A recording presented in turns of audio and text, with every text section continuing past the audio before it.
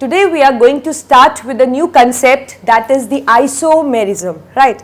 So first of all, you should know that what is an isomerism, or from where this word has come, right? So see, it has been arised from a Greek letters, that is isos, which means same, mers means molecular formula, right? So actually the isomers are those which have the same molecular formula, right? So before starting this concept, I'll just state an example in front of you in order to make you more you can say familiar with the concept. See, we come across many compounds in nature which appear to be same, right? For example, we have, you know, the first organic compound which is synthesized in the lab by the Friedrich Wöhler. I told you when we were studying the organic chemistry that earlier it was assumed that it was impossible to make organic compound in a lab, but Friedrich Wöhler was the one who accidentally prepared the organic compound, that is urea, right? You know that when he just reacted those reactants, he come across the compound that is NH4CNO. And the name for this compound is ammonium cyanate, right? And on heating, this compound rearranged to form another compound, that is urea. So urea was the first organic compound which was synthesized in the lab, right, by Friedrich Wöhler.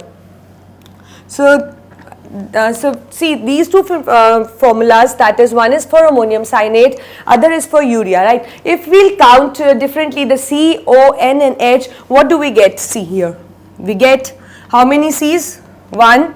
How many H? 4. How many N? 2. And how many O? 1. So that means they both have the same formula, that is CH4N2O, right? But we have allotted different names for it, right? As I have told you that we call this as ammonium cyanate and this is urea, right? So though they possess the same molecular formula, but they are not exactly same, right? That means they have the same molecular formula. Somehow the molecular formula is same, but yet they differ in physical and chemical properties. This is what you can say is the reason behind that they have been allotted the different names, that is the ammonium cyanate and urea, right? So what is the relation they share actually, or what is the phenomena they are just exhibiting? So this phenomena is something called as the isomerism, right? So what do you, like if somebody asks you about isomerism, how you are going to state it? You will be telling that isomerism is a phenomena in which two or more compounds have same molecular formula, right? Two or more compounds can have the same molecular formula, but still they will differ in they will possess different physical and chemical properties, and this phenomena is actually called as isomerism. And what is the relation between them, right? Like we are cousins, we are brothers, we are sisters. So what the relation they share? They are actually isomers. They are actually isomers. So this is the relation what exhibit between these two compounds which appear to be same, but actually they have the same molecular formula, but they differ in you can say many physical and chemical properties, right? So this is something called as isomers or isomerism. The phenomenon is isomerism, and the relation is isomers, right? So how you are going to define isomerism? Just write in your copy. I am repeating a technical definition for you. So isomerism is a phenomena in which two or more compounds have same molecular formula, but they differ in physical and chemical properties. And those compounds which exhibit this, or you can say which have the same molecular formula and different physical and chemical properties, the relation they share is the isomers. For example, you can just state this example, ammonium cyanate or urea, right? Another example for you. See, what is this? CH3NO2. What do you call it? It is, obviously it is nitromethane, right? And now what is the name for, you know, that the other name for this, we have one more name for this nitromethane, right? So at this moment I hope you won't be able to tell me the other name. So what I'll just draw an open structure, then you tell me what name is going to be of those compounds, right? So nitromethane, I am just making it as like this, right? And one compound I have like this.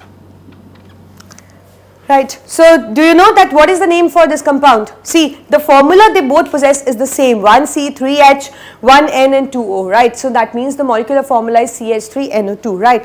But they have different names. This we call it as, like, the compound with this kind of structure is called as nitromethane, and the compound with this kind of structure, as you can see, they differ in the structure, as C is directly attached to the N, but in this case C is attached to the O, and further O is attached to the N, right? So that means they just differ in the structure, they both differ in the structure. So what is the name given to this kind of structure? It is methyl nitrite. This is methyl nitrite. So see, this also can be stated as an example of isomers, though you can see that they have the same molecular formula, yet they differ in the structure, and moreover they differ in the physical and chemical properties also. You know that this nitromethane is actually, what is it? Is it solid, liquid or gas? Do you have any idea for nitromethane? Have you ever heard of nitromethane? So you should know that nitromethane is actually liquid at room temperature, but this methyl nitrite is a gas. So obviously liquid possess different properties and gas possess different properties, right? They both differ in the properties. It is liquid and it is gas.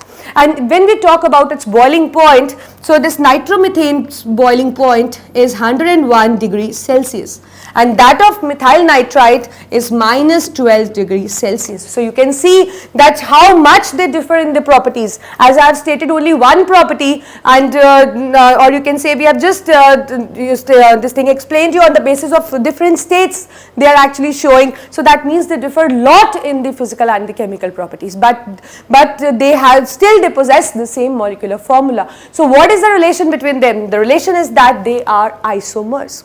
One more thing which is striking in my mind, do you know what is the use of nitromethane? Nitromethane is actually used as a fuel in the the racing cars, right? So this is the fuel which produces lot of energy when it gets burned. So that is why it is used as a fuel in the racing cars, that is nitromethane. And you know that methyl nitrite, it is so harmful that if we inhale this methyl nitrite, it causes dilation of blood vessels and may result into the death even, right? So that means this gas is actually fatal, right? So because it causes the dilation of blood vessels. So you can see that they both just differ in the properties, yet they possess the same molecular formula. So that means they are also isomers. What relation they share? They are isomers. Likewise, we have many more examples. One more example I would like to share with you. For example, what is this?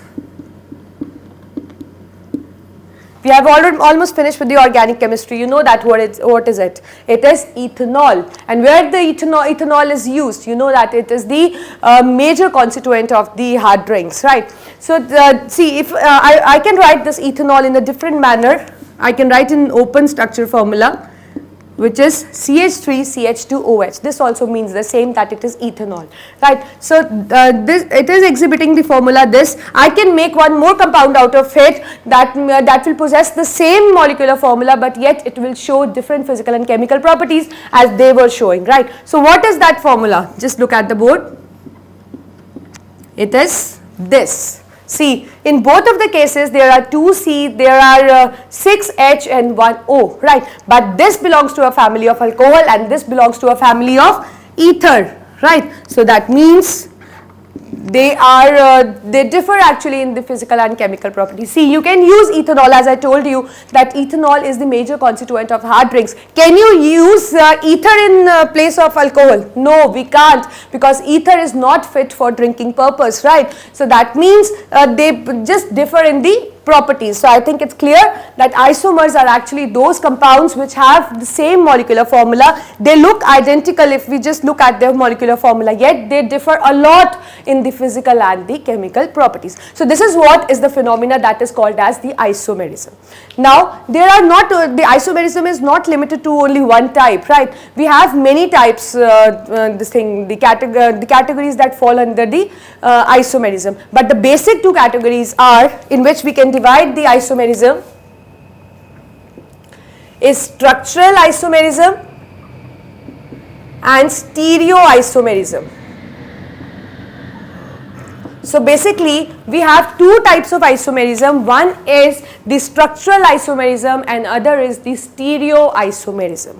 As the name suggests, because see you are also big enough to just make out the definition out of the name which I am telling you, that if I say structural isomerism, that means obviously you know that they fall under the category of isomerism. So that means they will be possessing the same molecular formula, right? It is a compulsory condition for an isomers, right? So that means they will be possessing the same molecular formula. That is done, we know that.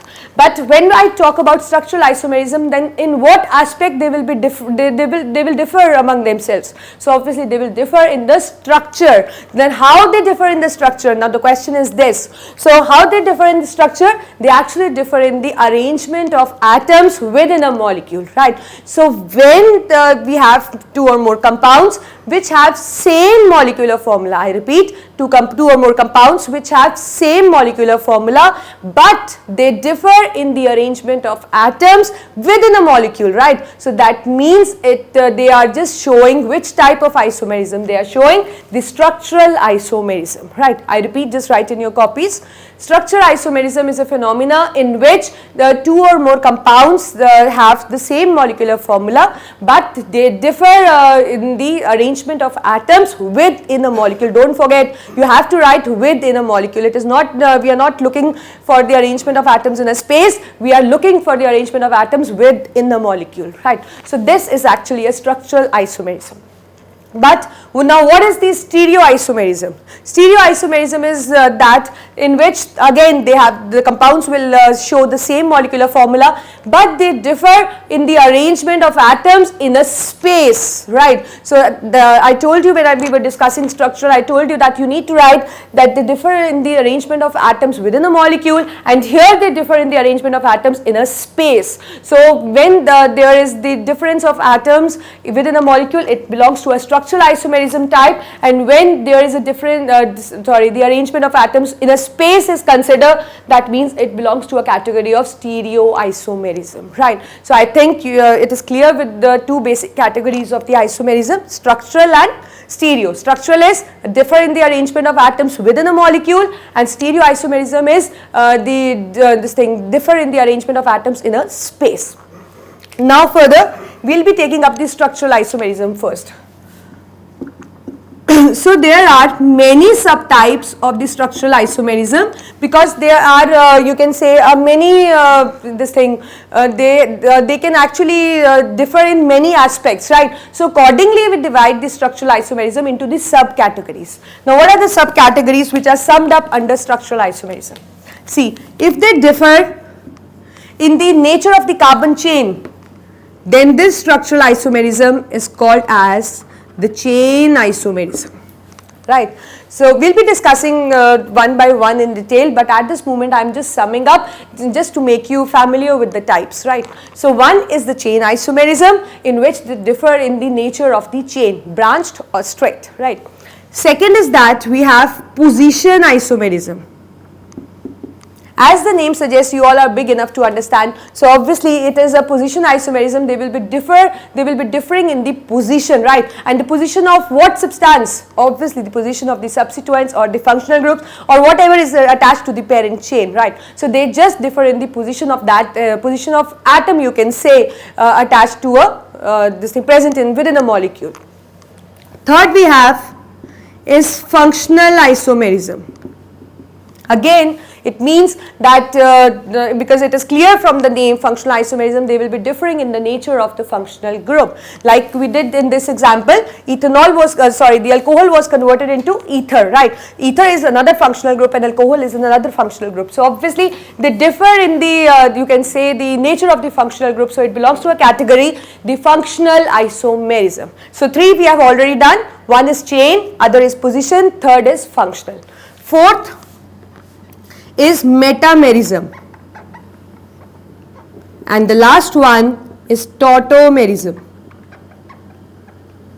Right. So what is metamerism actually?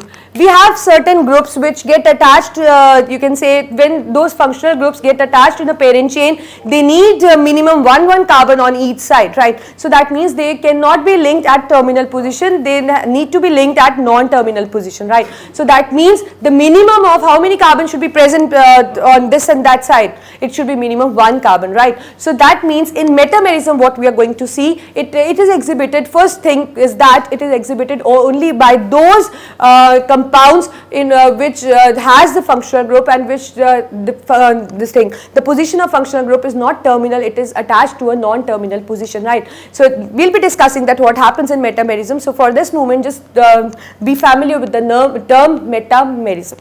Another is tautomerism. See, in tautomerism what is going to happen, it is a different, very different kind of isomerism. In this, the compounds which have the same molecular formula is going to exist in dynamic equilibrium. That means they can be interconverted, right? So we'll be taking up these structural isomerism one by one. I think for at this moment it is clear that what is actually the structural isomerism. So structural isomerism is that in which you can say the compound is definitely going to have the same molecular formulas, 2 or more compounds will definitely going to have the same molecular formula, but they will differ in the different aspects. Either they can differ in the nature of the chain, or they can differ in the position of substituent or functional group, or they can differ in the nature of the functional group, or they can differ in the number of carbon atom attached to the either side of the functional group, or there can be that those compounds with the same molecular formula can exist in dynamic equilibrium with each other. That means interconverted. So now we'll be taking one by one with the proper examples, so as to make you well versed with this concept, right? So just look at the board.